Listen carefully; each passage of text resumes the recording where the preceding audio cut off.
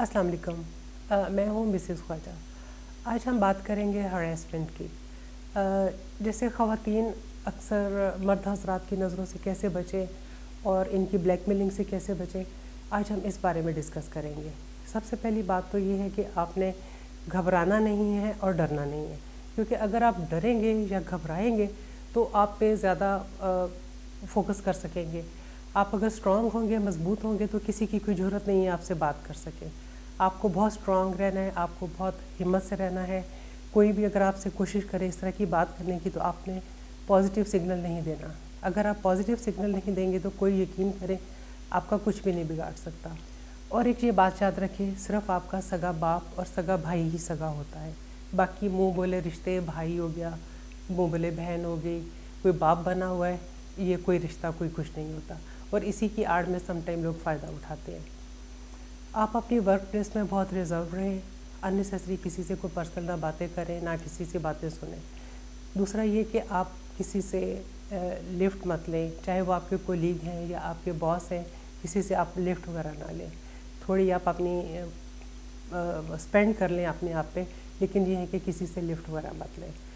और अगर आपको काम के दौरान कोई आपको एक्स्ट्रा फेवर कर रहा है या कोई आपको मदद कर रहा है, तो अननेसेसरी कोई नहीं करता। आप इस बात से अवॉइड करें और अननेसेसरी फेवर ना लें किसी से। और अगर आप देखें कि कोई आपको आपकी जॉब पे आपको कोई ब्लैकमेल करने की कोशिश कर रहा है, या अगर आपको उनकी नीयत ठीक नहीं लग रही, तो आप जॉब फ़ौरन छोड़ दें, क्योंकि रिस्क अल्लाह के हाथ में है। आप जब अपनी जॉब छोड़ देंगी, अल्लाह आपको बहुत अच्छी, बहुत बेहतर कोई जॉब दे देगा, लेकिन किसी के लिए ब्लैकमेल मत हो। आप अगर एक दफ़ा किसी गलत जगह गलत कदम रख देंगे, तो फिर ये चीज़ बढ़ती जाती है, टाइम के साथ बढ़ती जाती है, फिर आप निकल नहीं सकते हैं। तो कोशिश करें कि ऐसी नौबत ही ना आए। और जहाँ तक बात है हरासमेंट की, सिर्फ ये वर्क प्लेस पे नहीं होती, या आप मार्केट में जाते हैं, या ख़वातीन जो घर में काम कर रही होती हैं, मुलाजमा होती हैं, उनके साथ भी हो सकता है। घरेलू ख़वातीन जो हाउस वाइफ्स हैं, उनके साथ भी देवर हैं, जेठ हैं, फैमिली के कोई और ऐसे मेंबर्स हैं, नंदोई हो गए, जेठ हो गए, कोई भी हो सकते हैं, इवन कि ससुर वगैरह भी समटाइम्स ऐसा होता है।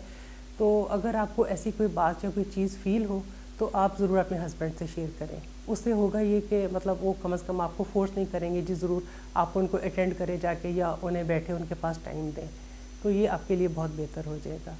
दूसरा, बच्चियाँ जब घर से निकलती हैं स्कूल, कॉलेज, यूनिवर्सिटी जाने के लिए, तो कोशिश करें आप उनकी पहले एक लुक देखें, आया उनकी लुक मुनासिब है, बाहर जा रही हैं, ड्राइवर के साथ जाएंगी या वॉचमैन के होगा वहाँ पे यूनिवर्सिटी में, स्कूल में, वहाँ पे क्लर्क होते हैं, फिर फैकल्टी मेंबर्स की जो है वो भी मेल होते हैं, फिर आपके जो क्लास फेलोज़ हैं वो भी मेल होते हैं, बच्चे होते हैं, इवन के प्रिंसिपल हो गए। तो आप कोशिश करें कि बच्चियों का भी डिसेंट गेटअप हो, अच्छी ड्रेसिंग करें, बट डिसेंट और लिमिट्स में करें। तो अगर आप इन चीज़ों को सबको जहन में रखें और अपना भी ख्याल रखें, अगर आप वर्क प्लेस पे जा रहे हैं तो अपना गेटअप ऐसा हो, आपकी ओवर ड्रेसिंग ना हो, ओवर आपका मेकअप ना हो। मर्द जब घर में हो तो औरत को औरत होना चाहिए, जब मर्द घर में ना हो तो औरत को मर्द बन के रहना चाहिए।